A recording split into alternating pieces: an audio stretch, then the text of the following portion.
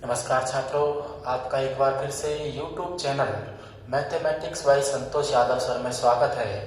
आज हम अध्ययन करने जा रहे हैं समाकलन के बारे में। तो बेटा समाकलन क्या होता है, आज हम अध्ययन करने जा रहे हैं समाकलन के बारे में। इंटीग्रल्स तो इंटीग्रल क्या होता है भाई, कि जो अवकलन होता है उसकी विपरीत प्रक्रिया, अवकलन की विपरीत प्रक्रिया, अवकलन की विपरीत प्रक्रिया, अवकलन की विपरीत प्रक्रिया ही समाकलन कहलाती है। समाकलन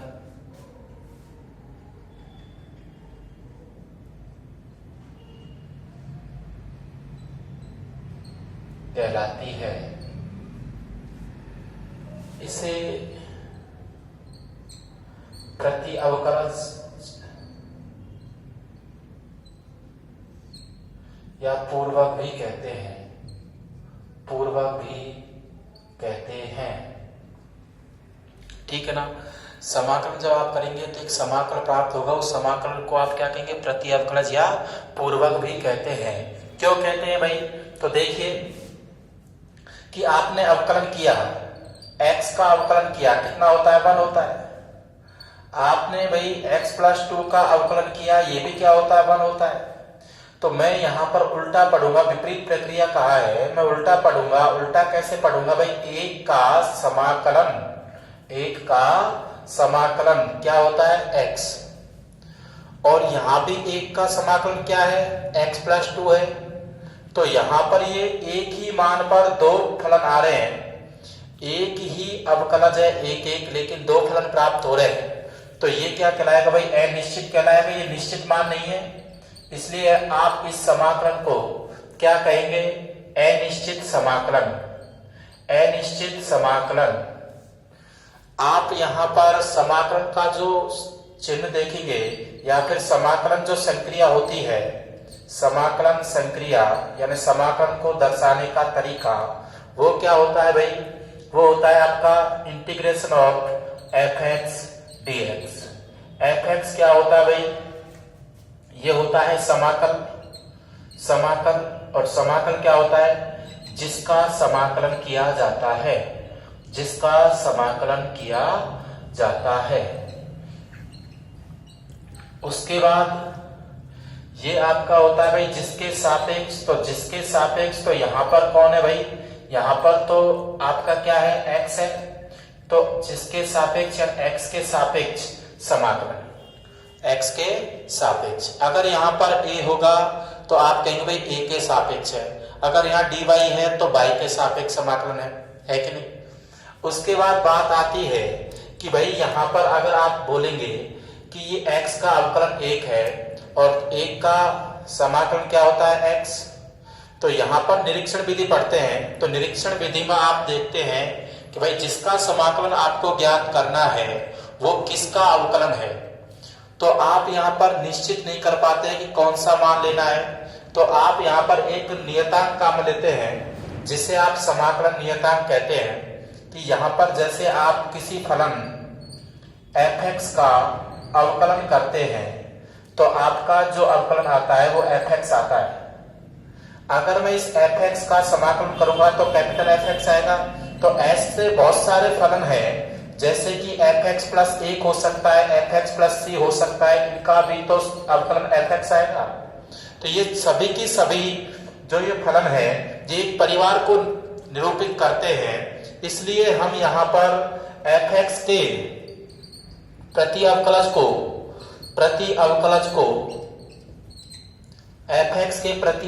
को fx+c से निरूपित करते हैं, क्योंकि यहाँ पर c क्या बताएगा भाई, c एक परिवार को निरूपित करेगा कि c का मान 1 भी हो सकता है, -1 भी हो सकता है, 2, 5 कुछ भी हो सकता है, ये संख्या होगी। तो c यहाँ पर क्या है, एक अचरांक है, अचरांक बोल सकते हैं, या फिर आप यार इसको क्या बोलेंगे, समाकलन नियतांक, समाकलन नियतांक। ठीक है कि नहीं, ठीक है कि नहीं भाई, समाकलन नियतांक। उसके बाद बात आती है कि भाई आप निरीक्षण विधि से जब समाकलन करेंगे तो आप कैसे करेंगे, तो आपसे कहेगा कि भाई निरीक्षण विधि द्वारा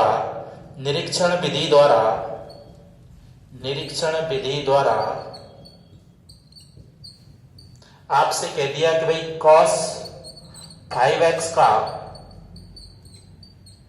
समाकलन, जिसे आप क्या बोलते हैं, प्रति अवकलज ज्ञात कीजिए। तो यहां पर आपको क्या सोचना है कि भाई जिसका वो समाकलन पूछ रहा है वो एक तरह से क्या है, अवकलज है। तो आप ये सोचेंगे कि ये cos जो आता है ये किसका अवकलन है। तो आपको अच्छी तरह पता है कि भाई साइन का अवकलन करते हैं तो cos आता है। तो हम यहां क्या कहेंगे कि भाई sin 5x है, इसका हम अवकलन करते हैं तो cos 5x इंटू में 5 आता है। तो आपको प्रति अवकलज ज्ञात करना है cos 5x का, लेकिन इसके साथ तो मल्टीप्लाई में कौन आ रहा है, 5 आ रहा है। तो यहां से 5 हटाएंगे तो जो गुणा में होता है वो कहां जाता है, भाग में। तो ये इधर भाग में जाएगा तो ये हो जाएगा आपका 1/5 dy dx sin 5x। तो यहां पर बचेगा cos 5x। तो आप कहेंगे कि भाई cos 5x का प्रति अवकलज क्या हो जाएगा, 1/5 sin 5x। दिख रहा है। तो आप यहां पर क्या कहेंगे कि मैं इसको यहां लिखना चाहूंगा, भाई नीचे आपको दिख नहीं रहा होगा। तो ये जो 1/5 है तो ये 1/5 कहां जाएगा, अंदर मल्टीप्लाई में जाएगा। तो 1/5 sin 5x और इधर क्या है, cos 5x। तो आप कहेंगे भाई ये cos 5x का समाकलन 1/5 sin 5x होगा। तो आप कह देंगे भाई अतः cos 5x का प्रति अवकलज या समाकलन 1/5 sin 5x होता है। बात समझ में आ रही है कि नहीं, कि जो शुरू के आपके 5 सवाल आने वाले हैं वो निरीक्षण विधि द्वारा समाकलन के आने वाले हैं। तो इसको लिख लीजिए बेटा जल्दी से।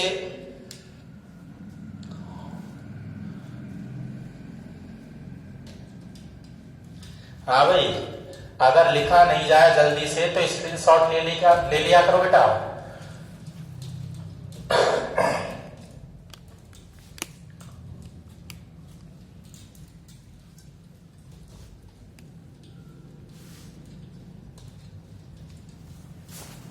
आगे जब सवाल करेंगे और अच्छी तरह से समझाया जाएगा निरीक्षण विधि द्वारा समाकलन। फिलहाल हम इसके फॉर्मूले पढ़ते हैं और फॉर्मूले भी हम तुलना करके पढ़ेंगे। एक तरफ हम अवकलज लिखेंगे और एक तरफ हम समाकलन लिखेंगे। एक तरफ लिखेंगे हम अवकलज और एक तरफ लिखेंगे समाकलन। तो देखिए भाई, आपने अच्छी तरह पढ़ा है कि x की पावर n का अवकलन करते हैं तो n x की पावर n-1 होता है, n x की पावर n-1 होता है। यदि मैं यहां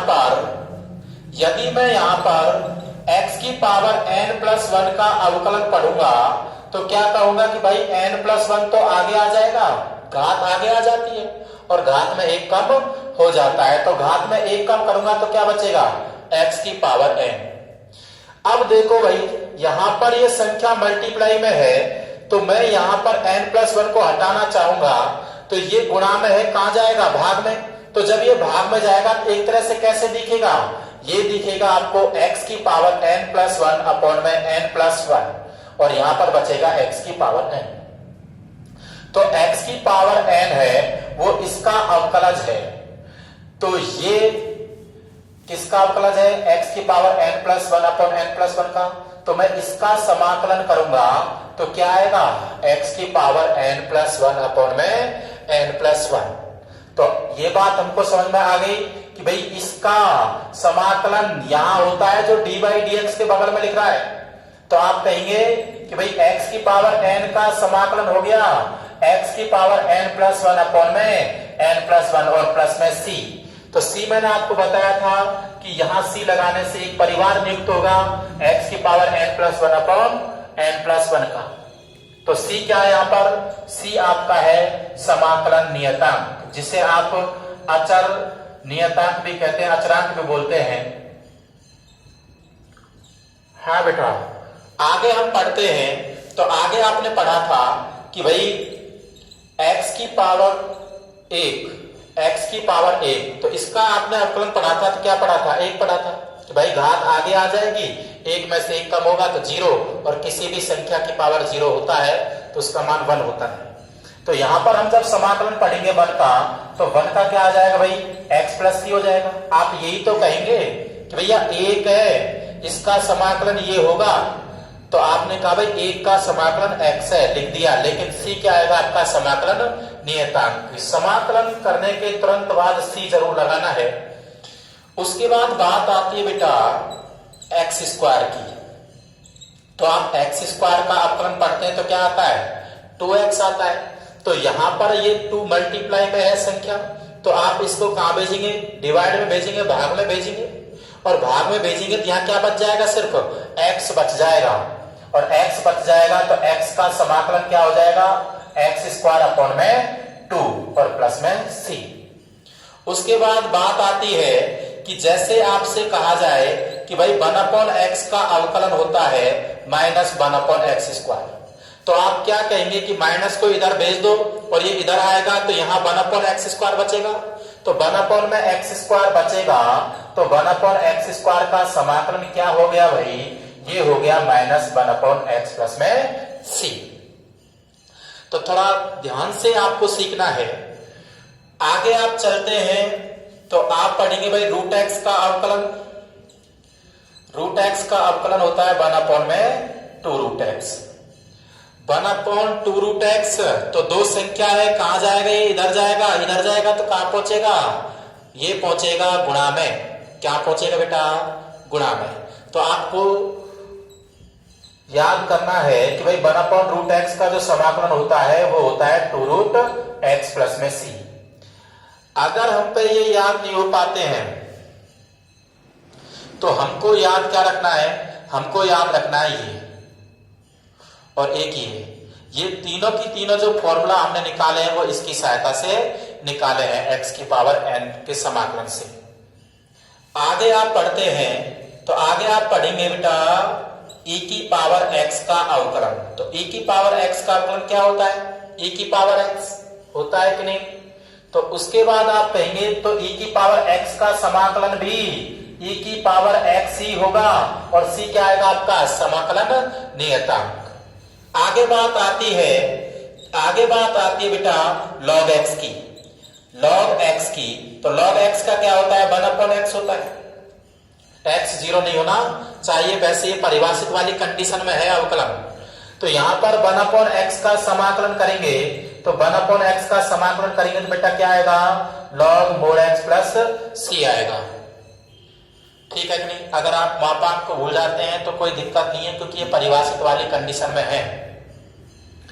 आगे बात आती है भाई a की पावर x की। तो a की पावर x का आपने अवकलन पढ़ा था, a की पावर x log a। तो यहां से log a कहां जाएगा, भाग में। कहां जाएगा भाई, भाग में जाएगा। तो भाग में जाएगा तो यहाँ a की पावर x बचेगा, और जिसका समाकलन बनेगा a की पावर x अपॉन में log a प्लस में c। हाँ भाई, जल्दी से जल्दी स्क्रीनशॉट ले लीजिए।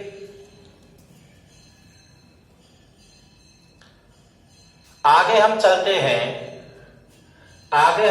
बेटा त्रिकोणमितीय फलनों के समाकलन। त्रिकोणमितीय फलनों के समाकलन पढ़ेंगे तो हम उनके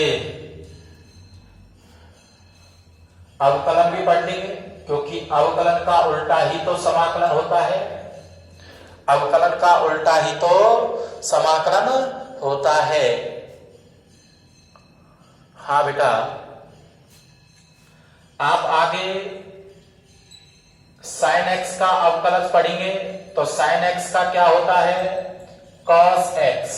क्या होता है बेटा, cos x होता है। थोड़ा याद करना है। अगर देखो आपने सही ढंग से अवकलन नहीं पढ़ा है तो अवकलन के फॉर्मूले हमें यहाँ याद हो जाएंगे। और यहाँ याद हो गए, और हमें समाकलन अगर समझ में आ गया तो उसके साथ ही हमको अवकलन भी आधा समझ में आ जाएगा कम से कम। तो आपको फॉर्मूले दोनों ही याद करने हैं, क्योंकि दोनों ही काम में आएंगे। अवकलन भी काम में आता है समाकलन में, क्योंकि आप प्रतिस्थापन विधि पढ़ेंगे, ऐसे जब विधियां पढ़ेंगे तो वहां पर अवकलन काम में आएगा बेटा। तो यहां पर आपने कहा भाई sin x का अवकलन क्या होता है, cos x, तो cos x का समाकलन क्या हो गया, sin x प्लस c हो गया बेटा।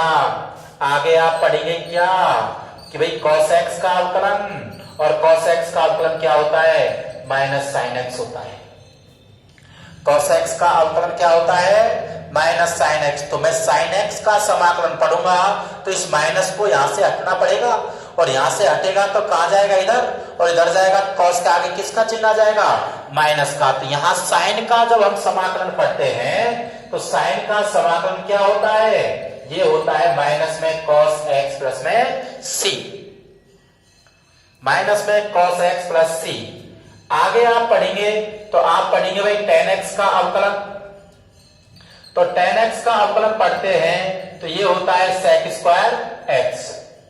tan x का अवकलन sec स्क्वायर x, तो sec स्क्वायर x का समाकलन क्या हो जाएगा, tan x। उसके बाद आप पढ़ते हैं भाई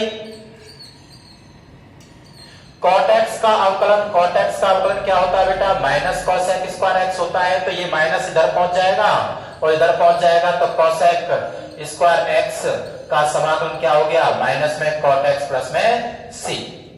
ठीक है कि नहीं। उसके बाद आप पढ़ते हैं भाई sec x का अवकलन। तो sec x का अवकलन क्या होता है, sec x tan x होता है। sec x का अवकलन क्या होता है भाई, sec x tan x होता है। तो sec x tan x का समाकलन क्या होगा, sec x tan x का समाकलन क्या होगा बेटा, ये होगा आपका sec x प्लस में c। sec x tan x का समाकलन क्या होगा, sec x प्लस में c।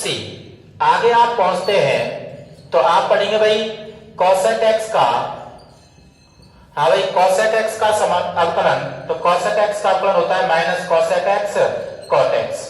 तो यहां पर cosec x cot x का समाकलन क्या हो जाएगा, हाँ भाई बताइए, cosec x cot x का समाकलन क्या हो जाएगा, तो माइनस कहां पहुंच जाएगा, इधर पहुंच जाएगा। तो आंसर क्या आ गया, माइनस cosec x प्लस में c। तो ये तो थे आपके त्रिकोण